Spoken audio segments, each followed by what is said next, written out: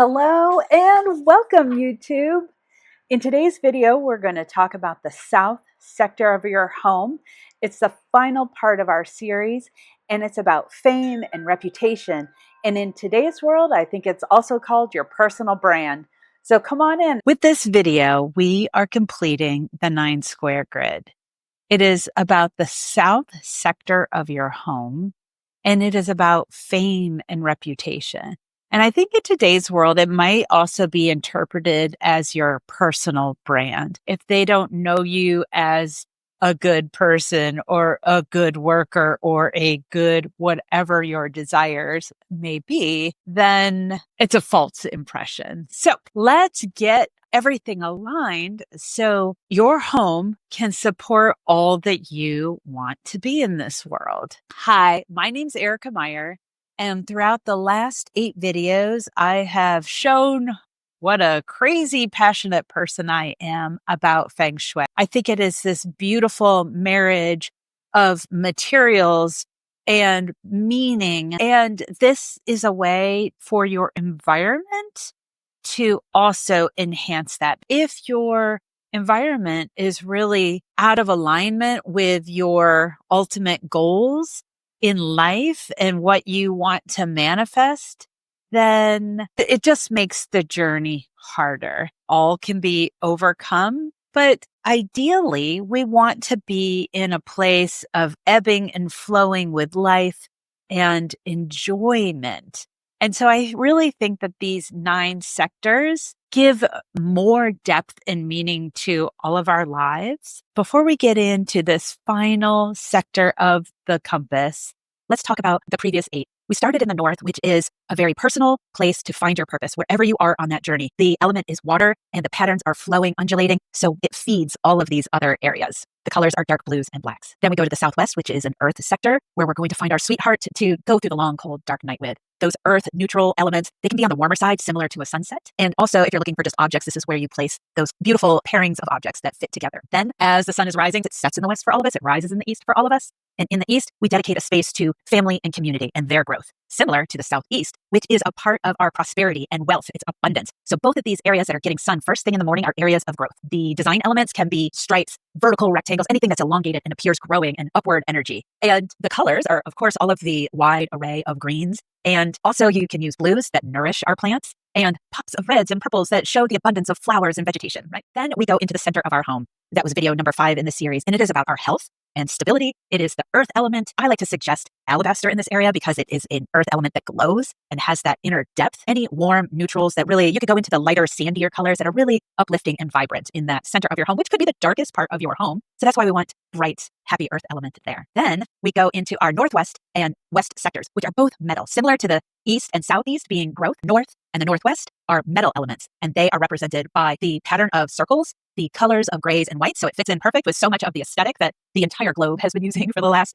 10 years at least. And that northwest sector is for helpful people and travel. So you're in the right place at the right time, flowing through life so people can help and you can help others. And then the west is about creativity. You've done all the hard work throughout the day and just enjoy your children, life, your hobbies. In the last video, we covered the northeast sector of our home, which is the third and final earth element, and it is for wisdom. It is where we center in on our knowledge and spirituality and deepen those spiritual practices that you have, be it meditation or reading or journaling. This is an ideal area of your home, and you can go decorate with darker neutrals. The earth element is always a square, and use either artwork, which highlights mountains, or spiritual people that have deep meaning to you. And then we come to the final sector of our home, which is the south, which is fame and reputation.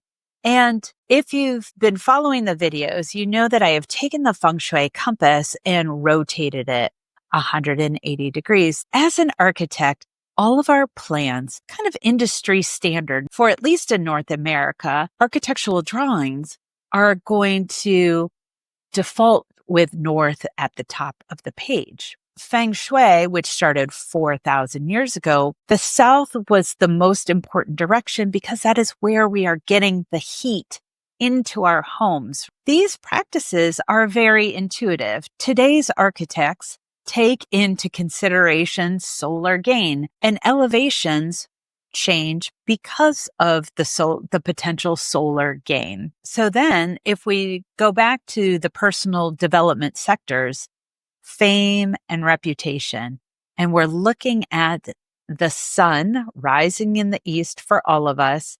And at high noon, where the sun is directly shining upon you, it's reputation. Does your reputation hold up in the bright light of the high day? When designing any room in that south sector of your home, the element is fire, and fire is passion. As you can see, I'm very passionate about sharing this ancient practice with you, and hopefully in the most practical way possible for today's world. And the colors are reds and yellows, anything fire, architecturally represented or graphically represented by triangles. So you could see in the background here, I have this fun, kind of a little retro wallpaper to enhance the energy of our south sector. We also have a red welcome carpet because I want you to feel like the star that you are when you come to visit. Also, any light within any room is fire. This lamp, because it's in the entrance of our home and we have this decorative glass door, I actually have on a timer so that first thing in the morning, it is on and welcoming as we're coming downstairs and getting our day going. And then I also have it on at night. You don't need to know any of that stuff.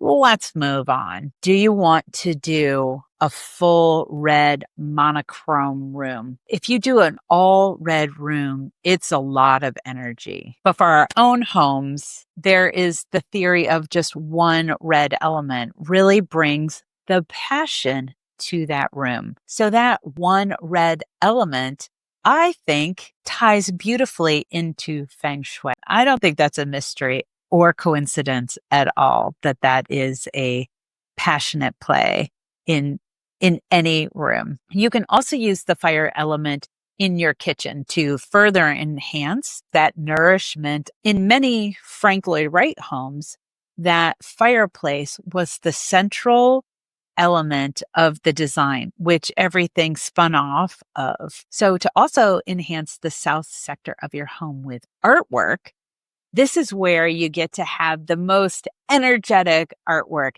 racing horses or sailboats crashing through the waves, whatever gets your blood pumping, go for that.